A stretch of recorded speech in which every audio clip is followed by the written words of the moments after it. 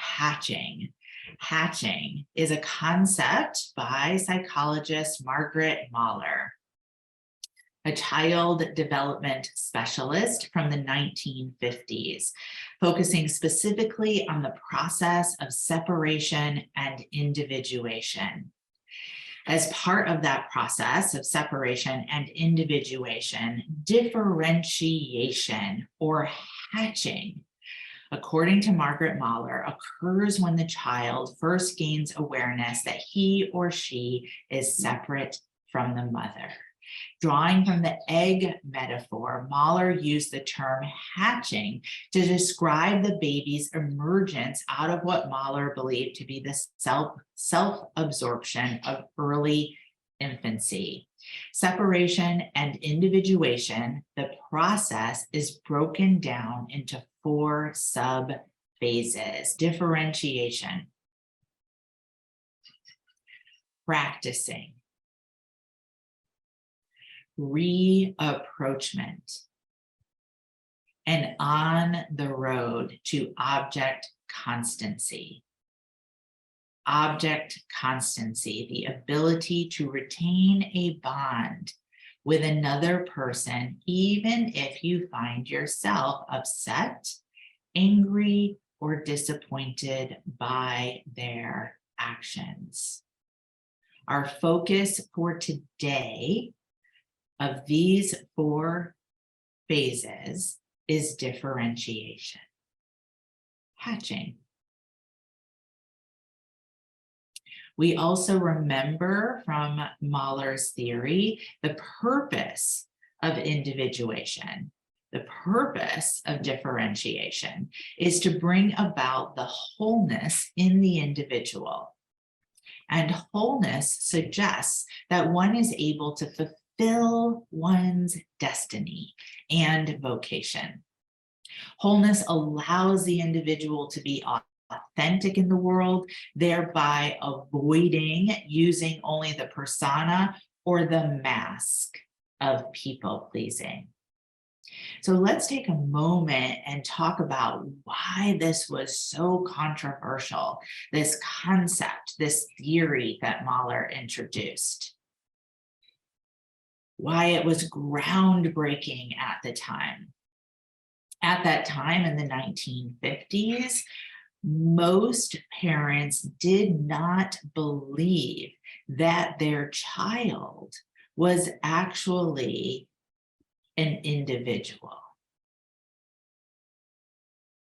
It was common to understand and therefore suppose that a child was by nature an extension of the parent, which leads to why many of us as highly sensitives missed the opportunity of hatching, of individuation, of differentiation the first time around. With no malice intended whatsoever, many parents are not equipped to actually support a child in their differentiation. Maybe to some degree, especially if that child is very similar to the parent. But what happens when you're highly sensitive? What happens when you're the 20%? What happens when you're highly sensitive, but your parent or parents are not? And what happens when you happen to be the only sibling in a household who's highly sensitive? Well, for most of us, we learned to cope with that. And that's where pushing or hiding or combo plattering came about as a way to cope with being different. We weren't supported intentionally in that process to enhance our differences, to expand upon our differences. Again, to no one's fault. It's easier as a parent, and it's definitely easier as a teacher to treat all the children the same.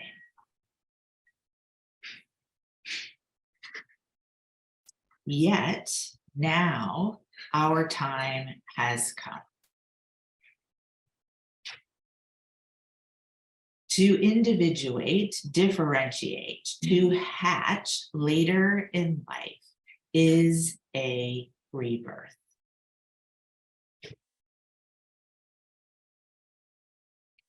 It is a self-made decision. It is a self-actualized action. It is revolutionary, as in most do not do it. And it is absolutely empowering and freedom inspiring.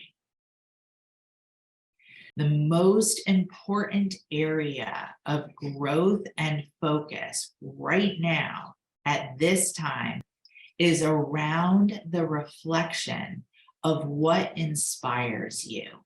Please write that down. What inspires you, and whether you have what inspires you active in your life at this time or not. In order to truly connect with what inspires you, you must be able to truly connect with who you honestly and essentially are. Not who somebody else wants you to be, not who you're pretending to be, not who you've been socialized to be, who you are, unapologetically. Now you tell me, is it easier to build a business from a place of inspiration? Yes, it is. Is it easier to be in your relationships from a place of inspiration? Yes, it is. Is it easier to navigate the unexpected intensities of the world through these exceptional times from a place of inspiration? Yes, it is. And whose responsibility is it to activate that inspiration? Is it the world's? Is it the government's? Is it your parents? Is it your friends? Is it your families? Is it this community? Is it me? No, it's you. It's you. And that is the purpose of hatching.